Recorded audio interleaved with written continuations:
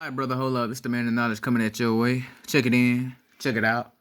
Peace. So, like I said, I'm still watching Chiefs versus the Buccaneers, and it's 27-10 right here, right now. With in the third quarter, second half, 4 minutes and 53 seconds left. But I wanted to touch in on this topic. Who will win the NFC East? Like I said, I was highly invested into the game until I turned my phone on. I went straight to YouTube looking out for some recommendations. And I got all these little crazy ass suggestions, so I decided to go to my computer instead. And then I said, hey, why not?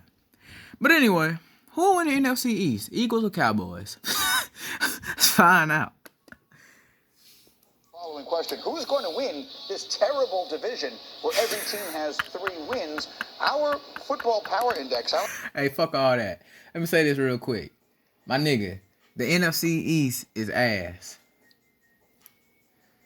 It's more ass than that in the strip club. Analytics give the Eagles the best chance at 44%, despite the fact that they have a markedly more difficult schedule going the rest of the way than the Cowboys do. A lot of people have pointed out to me, by the way, the Giants are the team playing the best of all the teams in that division. Well, I agree.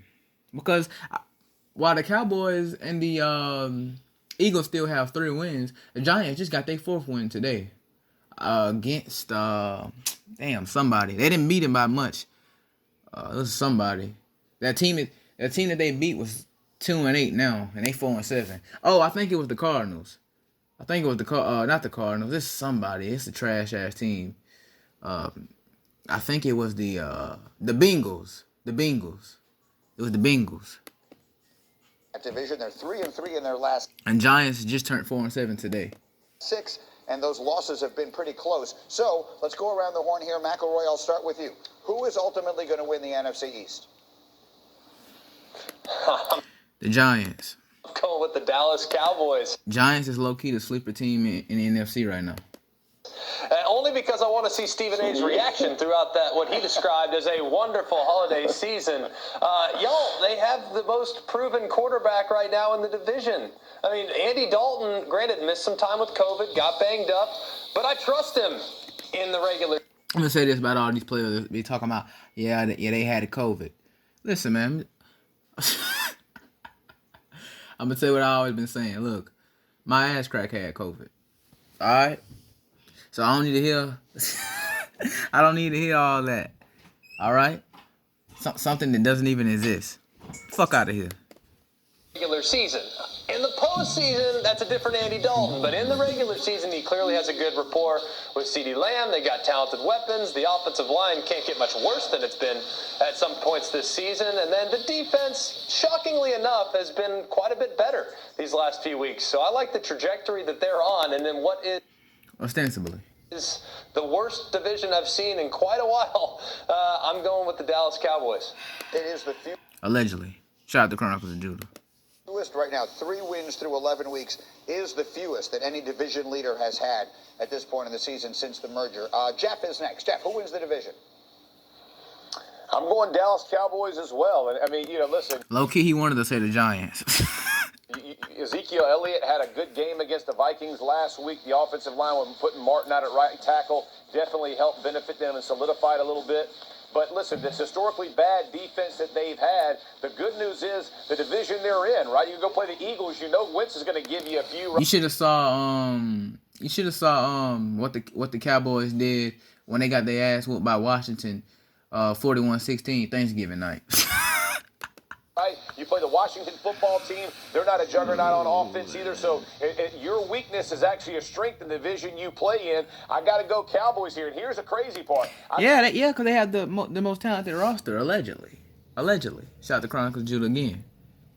But when you just look at it, man, on a certain dynamic or a certain aspect, look, you can't just sit up there and say, that whole division is ass. Because every last one of them teams can sit up there and slip at any given moment. And just like that, their card goes down. Their rank go down.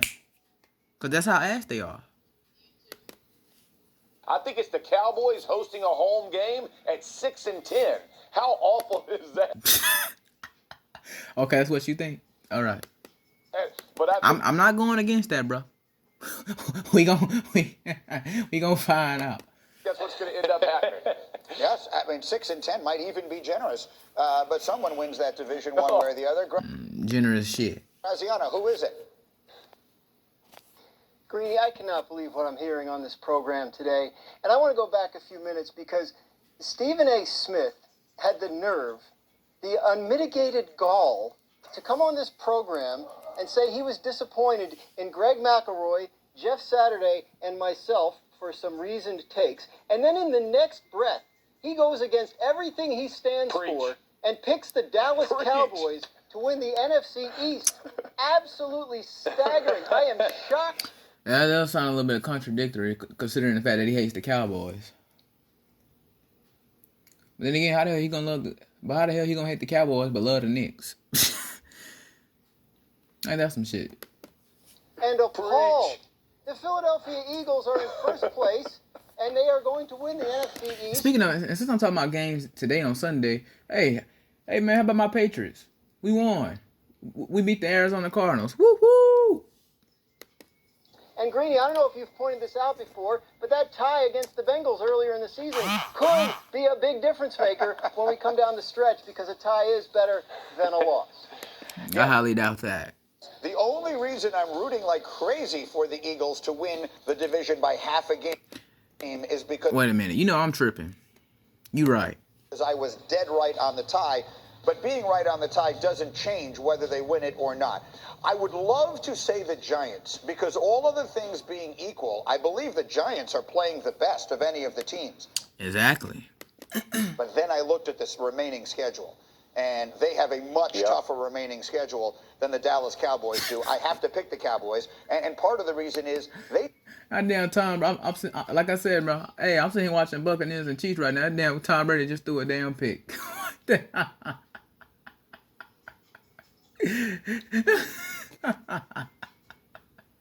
Tyler Matthew caught it. Ain't that some shit? 2017 still. They just looked like a different team this past weekend. They looked like they had a little bit of the snap and the fire that we've been expecting. And it's not as though the Vikings were the same team that we saw at the very beginning of the season. The Vikings have played much better of late. And the Cowboys looked like an entirely different team. Their defense, as we say, it couldn't possibly get worse than it was early in the season. Zeke finally ran for 100 yards. I heard. Hey yo, it looks like I'm gonna have to cover Ezekiel Elliott ass real quick too. Steady the ship. Yep. I think 6-10. How the fuck you a star running back and just not running the 100 yards this season? Sad.